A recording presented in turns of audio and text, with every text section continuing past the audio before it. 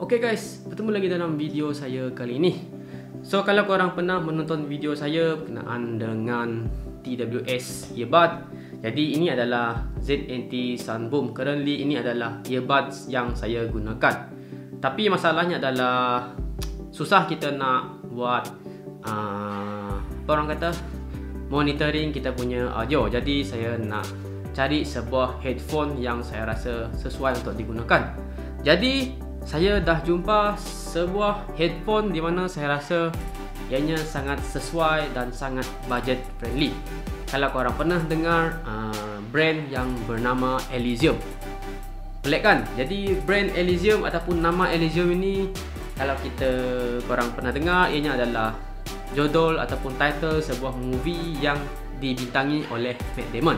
Tapi kita bukan nak sentuh pasal movie Elysium, tapi kita nak sentuh pasal headphone brand Elysium. So ini adalah Elysium Signature Hyperbass 2. Jadi saya takkan sentuh full specs lah tentang Elysium Hyperbass 2 ini.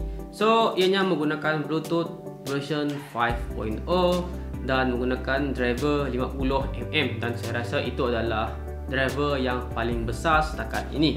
Dan kalau kita lihat dia punya battery capacity, ianya didatangkan bateri berukuran 500 mAh. Dan untuk korang charge bateri ini, ianya mengambil masa lebih kurang 2.5 hours. So itu di atas kertas.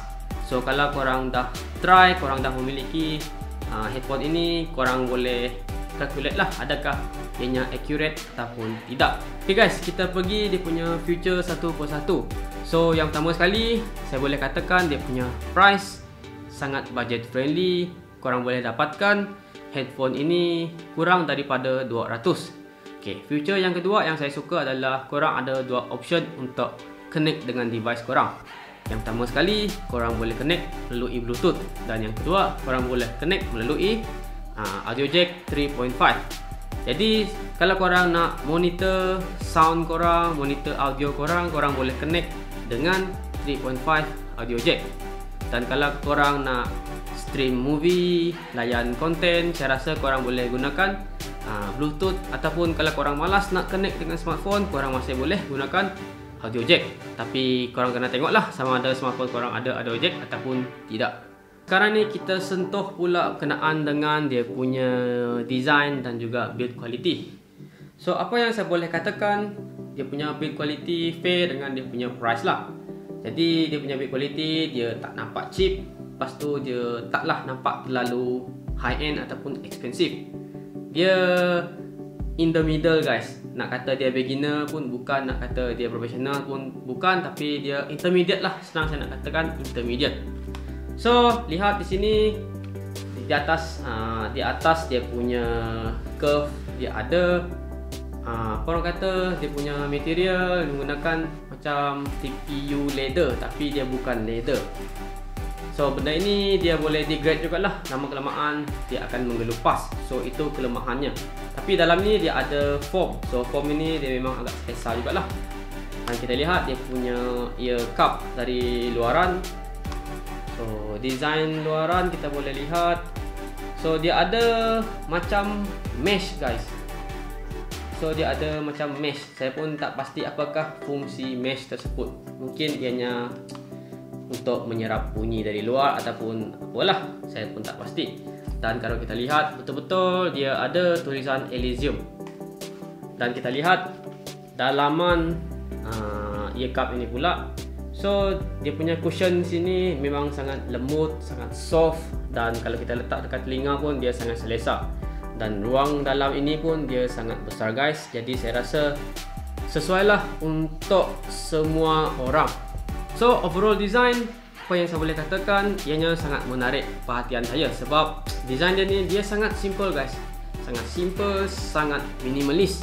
Tak ada kita lihat bentuk ataupun apa-apa pattern yang fancy seperti korang lihat dekat headphone gaming. Jadi kalau korang lihat headphone gaming ada RGB, lepas tu dia punya design sangat futuristik. So sesuailah dengan gaming genre. Tapi ini saya rasa ianya bukan untuk gaming, tapi ianya untuk media, entertainment. Lepas tu kalau korang nak monitor audio, saya rasa ianya juga sangat sesuai. So saya dah letak di atas kepala saya. So bagaimana pula dengan dia punya design? Boleh tahan kan? Ada nampak macam profesional kan? Okay, in terms of keselesaan, saya nak bagi rating 8/10. Jadi kalau korang lihat di sini, dia punya suction cup sini, dia punya cushion memang sangat lembut, memang sangat selesa lah. Tapi korang tak boleh nak gunakan headphone ini terlalu lama lah. Paling maksimum pun 2 jam. Sebab saya dah guna lebih daripada 2 jam dan telinga saya berasa panas dan juga dah rasa tak selesa. Dan untuk noise cancelling, betulkah noise cancelling? So setakat ini saya tak dapat dengar bunyi background yang ada di sekeliling saya setakat ini. So saya boleh katakan dia punya noise cancelling boleh tahan lah guys. Kalau korang gunakan headphone ini, korang blast korang punya full volume, korang tak akan sedar apa yang berlaku di sekeliling korang. Kita dah sentuh kenaan dengan build quality, design dan juga keselesaan. Okay, the main thing adalah dia punya sound quality dan juga sound performance. So sound performance saya bagi rating 8/10.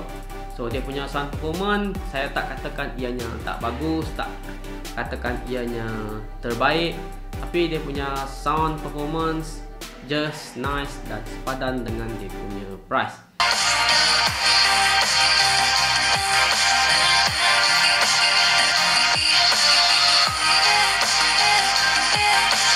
Dan apa yang saya discover headphone ini, kalau korang mainkan audio yang mempunyai kualiti yang teruk, so teruklah dia punya kualiti sound.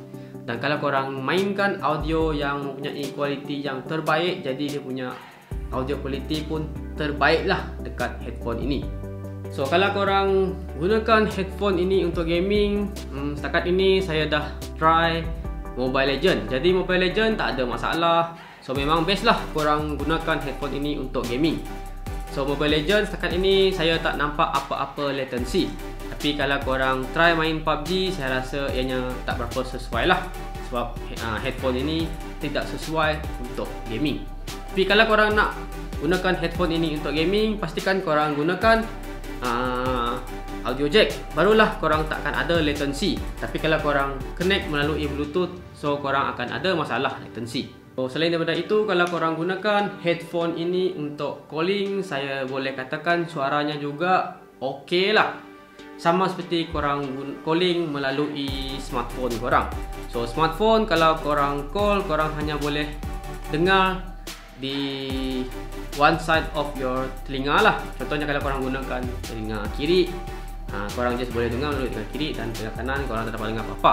Jadi kalau korang gunakan headphone, contohnya seperti ini, korang boleh dengar suara orang di dua belah telinga korang. Jadi ianya lebih jelas dan lebih clear apa yang korang nak sampaikan kepada korang. So guys, ini adalah sampel bunyi sekiranya korang menggunakan Elysium Hyperbass 2 untuk calling dan juga untuk video call. Kalau korang buat Google Meet, korang buat Zoom. So testing 1 2 3, test 1 2 3, testing 1 2 3. So adakah korang rasa sound quality dia ni okay ataupun tidak? So korang decide lah. So testing 1 2 3, test 1 2 3.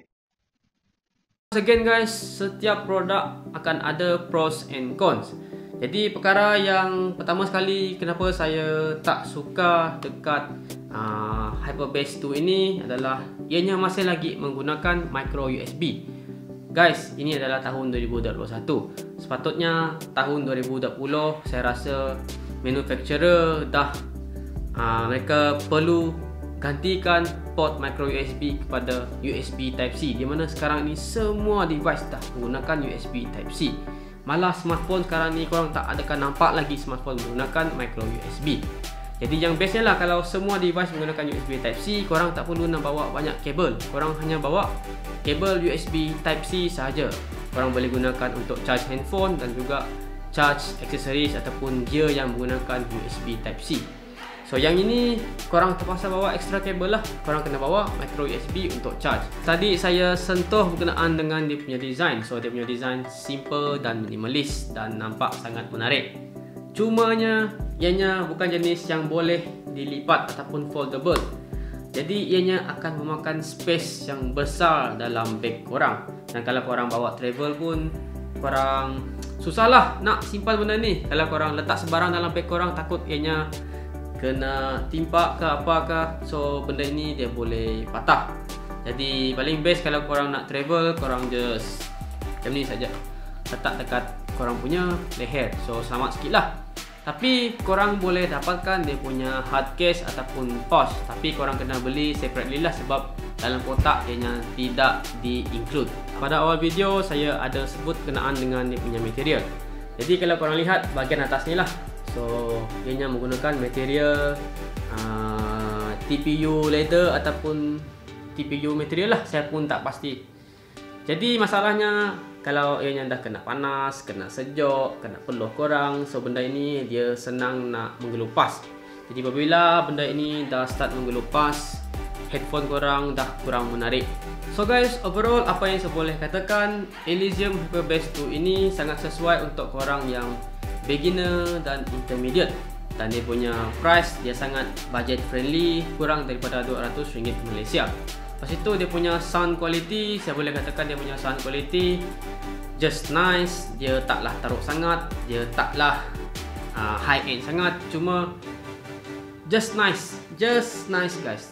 Memang terbaik. So kalau korang tanya saya lah, pendapat saya bagaimana dia punya sound quality, saya boleh katakan ianya sesuai dan saya rasa cukup untuk saya setakat ini. Sebab saya punya kegunaan just monitor audio kalau saya main gitar, lepas itu saya monitor audio kalau saya tengah buat editing, dan untuk light gaming dan juga watching content, watching movie, saya rasa dia punya surrounding pun memang dah best, treble bagus, bass punchy.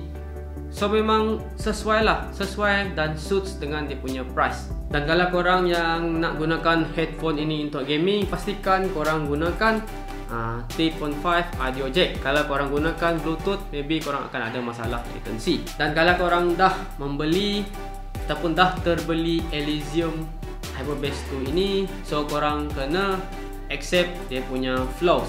So dia punya flaws yang pertama sekali adalah ianya menggunakan micro USB. Jadi korang kena bawa extra kabel lah kalau korang travel ataupun korang berada di office ataupun apa-apa sahaja benda yang korang buat. Dan yang seterusnya adalah benda ini korang tak boleh nak lipat. It is not foldable headphone. Jadi masalahnya ianya akan memerlukan space yang banyak dan susah untuk korang gunakan ataupun bawa benda ini untuk travel. Tips saya kalau korang nak beli headphone, pastikan korang buat research terlebih dahulu. Korang kena tanya dengan diri sendiri, apakah korang nak buat dengan headphone? Apakah korang kata apakah purpose korang beli headphone? Berapakah budget yang korang ada? Dan try avoid untuk ikut orang. Sebab kalau korang ikut orang, last earphone tersebut ataupun headphone yang korang beli ianya tak suits your cita rasa, jadi korang tak nak guna, so benda itu membazir. So guys, adakah Elysium Hyperbass 2 ini recommended? Jadi saya tak berani nak recommend korang sebab saya rasa ada banyak lagi headphone yang lain di luar sana yang better daripada Elysium Hyperbass 2 ini.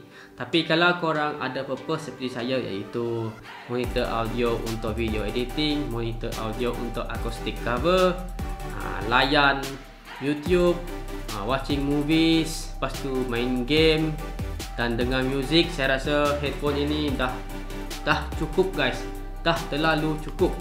Tapi kalau korang tak puas hati, korang boleh upgrade lebih daripada Elysium Hyperbass 2 ini. So guys, itu sajalah untuk video saya kali ini. So sekiranya korang rasa video ini membantu, jangan lupa tekan butang like dan subscribe dan support channel saya guys. So guys, I see you on the next video. Ciao.